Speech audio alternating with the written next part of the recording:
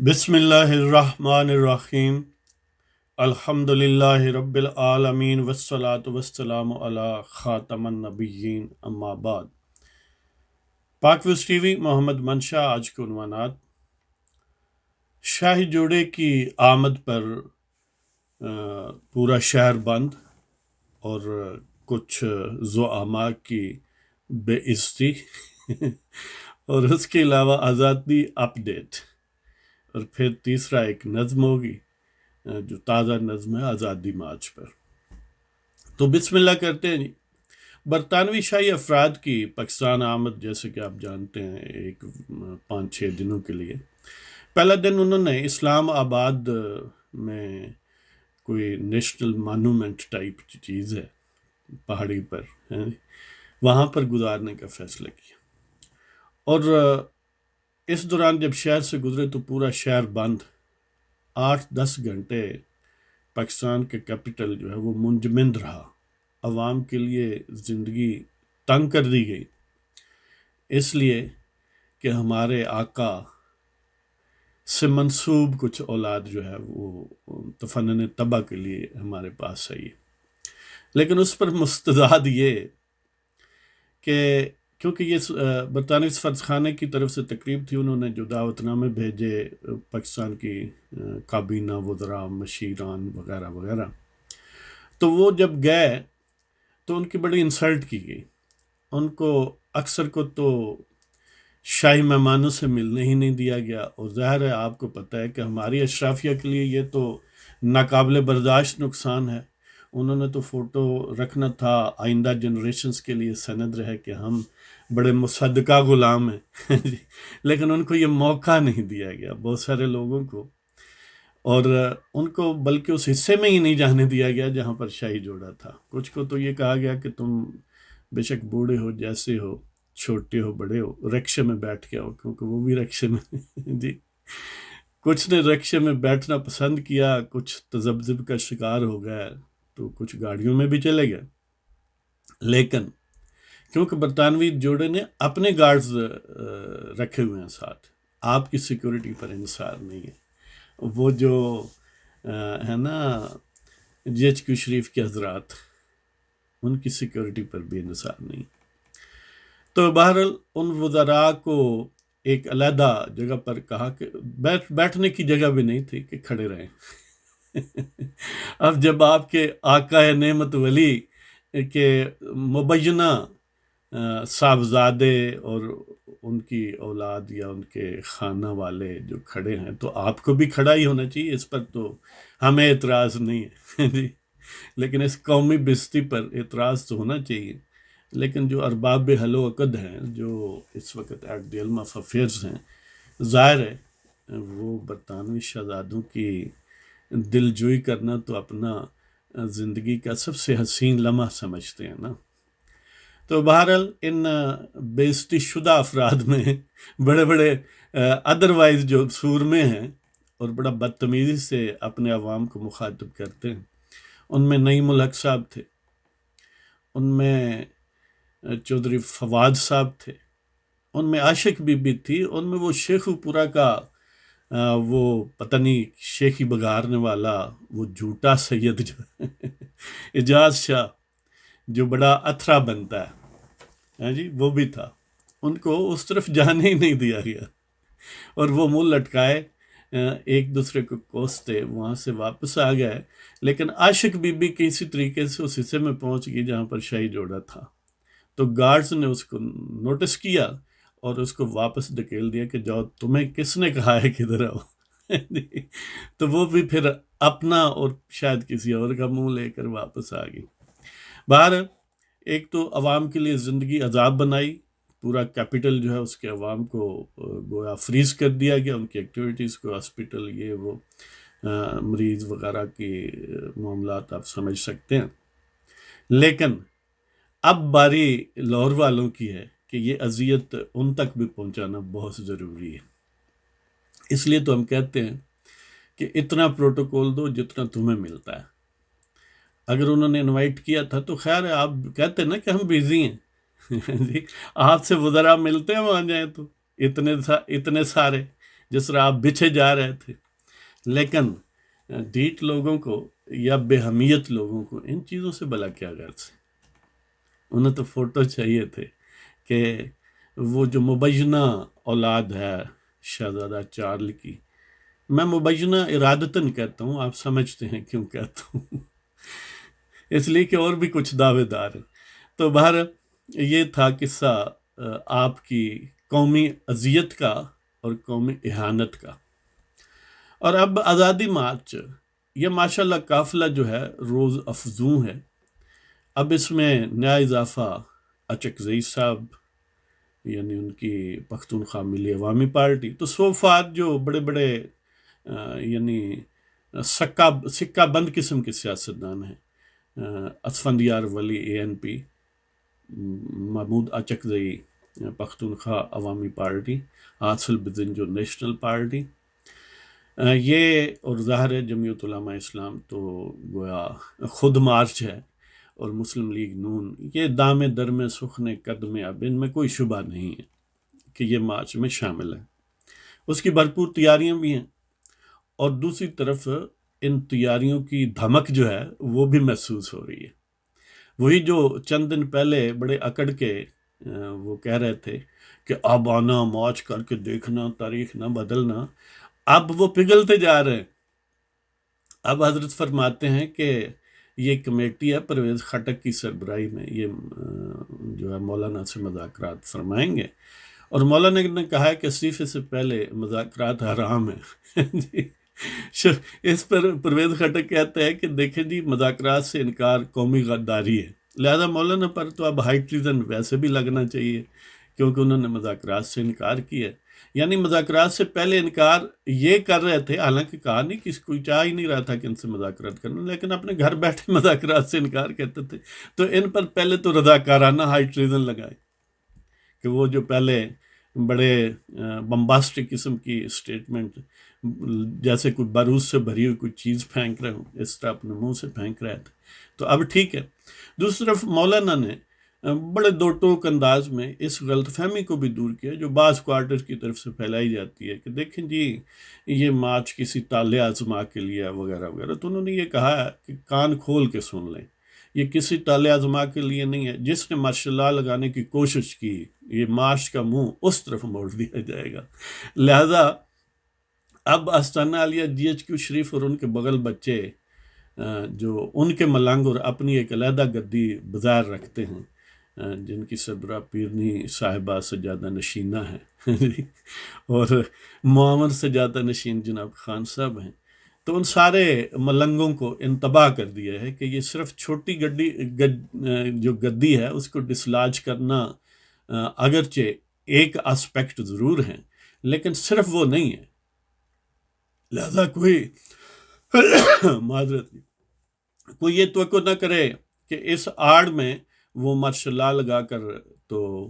ایک نئی بانسری ایجاد کریں گے. لہذا اب یعنی اس سے زیادہ واضح اور بات کیسے ہو سکتی ہے کہ مولانا وہ کیا کہتے ہیں کہ یعنی میں صدقے جمع مولوی تو ہے جی، تے اے پتر نہیں ہٹن دے وکدے، او پتر وکدے نے. اس لیے اب کوئی اس میں ابہام نہیں ہے، بالکل ٹو دی پوائنٹ عوام کے جذبات کی ترجمانی کی ہے، اور ایسے ہی جرأت رندانہ ہونی چاہیے. تو ہم مولانا کو بار بار سلام کرتے ہیں، لیکن سلام وہ نہیں جو ہمارے وزراء ان نام نہاد شاہی مہمانوں کو کورنش بجا لاتے ہیں. ہم ویسے جو ایک اپنے لیڈر اور اپنے علماء کی عزت کرنی چاہیے اس طرح احترام کرتے ہیں. تو اس کے علاوہ ایک مزاحیہ بات یہ ہے کہ شاہ محمود نے یہ بیان دیا کہ پاکستان کی کوششوں سے گویا جنگ کے بادل جو ہیں وہ چھٹ رہے ہیں اور ٹینشن ختم ہو رہا ہے. ان کا روئے سخن سعودی عرب اور ایران اور امریکہ کی طرف تھا، ان کے جو باہمی معاملات ہیں. حالانکہ سارے جہان جانتا ہے کہ جب سعودیوں کی آئل تنصیبات پر حملے مبینہ طور پر ہوئے ہیں اور انہوں نے بڑی کوشش کی ٹرمپ کو کہنے کی کہ ایران پر حملہ کر دیں، اب سعودی سمجھتے تھے کہ ہماری خدمت میں حملہ کریں گے، حالانکہ انہیں یہ پتہ ہونا چاہیے معصوموں کو کہ امریکہ کسی کے لیے نہیں لڑتا، وہ اپنے لیے لوگوں کو لڑواتا ہے آپ اپنے لیے ہی لڑتا ہے، دوسروں کے لیے نہیں لڑتا، لیکن وہ معصوم شہزادے ہیں نا، ہاں جی، تو کیونکہ ان کا دماغ ریال سے تھوڑا سٹفڈ ہے، اس لیے انہوں نے نہیں سوچا، تو ٹرمپ نے انکار کر دیا کہ میں کیوں حملہ کروں، میں اپنی مرضی سے جب چاہوں گا کروں گا، اس کے لیے تمہاری انویٹیشن کی اور تمہاری آئل تنصیبات پر حملے کی مجھے ضرورت نہیں ہے۔ تو اب جب اس طرف سے بالکل جھنڈی کرا دی گئی کہ ان تلوں میں تیل نہیں ہے، تو پھر شہزادوں کی تھوڑی آنکھیں کھلی کہ اب کوئی وایا میڈیا نکلے، تو اس وجہ سے وہ ٹینشن کم ہوا ہے، یا جنگ کے بادل جو ہیں وہ چھٹے ہیں، لہٰذا ان کی سمجھ لیں کہ شہزادگی جو ہے وہ کسی حد تک ان کا نام نہاد پرائڈ پنکچر ہوا ہے۔ تو یہ وجہ ہے، آپ کی وجہ نہیں ہے، آپ تو کشکول لیے پھرتے ہیں، ہر در پہ صدا دیتے ہیں، ہاں جی، دینے والے دا بھی بھلا تو نہ دینے والے دا بھی بھلا۔ بہرحال لوگوں کو غلط فہمی ہوتی رہتی ہے۔ تو دیکھیں معاملات بڑے زبردست جا رہے ہیں، ہمیں بڑی خوشی ہے کہ ایک طرف آزادی مارچ ہے، عوامی طاقتیں ہیں، سادہ سی ڈیمانڈز ہیں کہ موجودہ حکومت رخصت ہو اور فری فیئر یعنی ایکسیپٹیبل جو انٹرنیشنل اسٹینڈرڈز ہیں ان کے ماتحت اور فوج کی مداخلت کے بغیر انتخابات ہوں، بس یہی پری کنڈیشنز ہیں۔ اور اس سے پہلے وہ کہتے ہیں کہ استعفے سے پہلے مذاکرات وغیرہ کا معاملہ جو ہے وہ بعیدت کا یاس سمجھے، ہاں جی، لیکن اب وہ بچھے چلے جا رہے ہیں۔ اب آپ نے دیکھا کہ وہ توپیں جو بارود اگلتی ہیں، مثلا عاشق بی بی وغیرہ، وہ فواد وغیرہ، ان کی لب و لہجے اور زہر ناکی میں بھی کمی آ گئی جی، اس لیے کہ ان کے پیر و مرشد جو سجادہ نشین جیج کے شریف ہیں، وہ بھی اب سمجھتے ہیں کہ شاید ہاتھ ڈالیں تو جل نہ جائے، لیکن یہ بھی بات ہے کہ وہ بڑے ایکسپیرینسڈ اور بڑے عادی مجرم ہیں کہ پاکستان کے عوام کی خواہشات کو دبانا وہ بھی اپنا فرض اولین سمجھتے ہیں اور اپنا ڈیوائن رائٹ سمجھتے ہیں پاکستان پر حکومت کرنا، تو اتنی آسانی سے تو وہ بھی نہیں چھوڑیں گے۔ اب دیکھتے ہیں کہ ان کی نیکسٹ موو کیا ہے۔ اس طرف سے تو مووز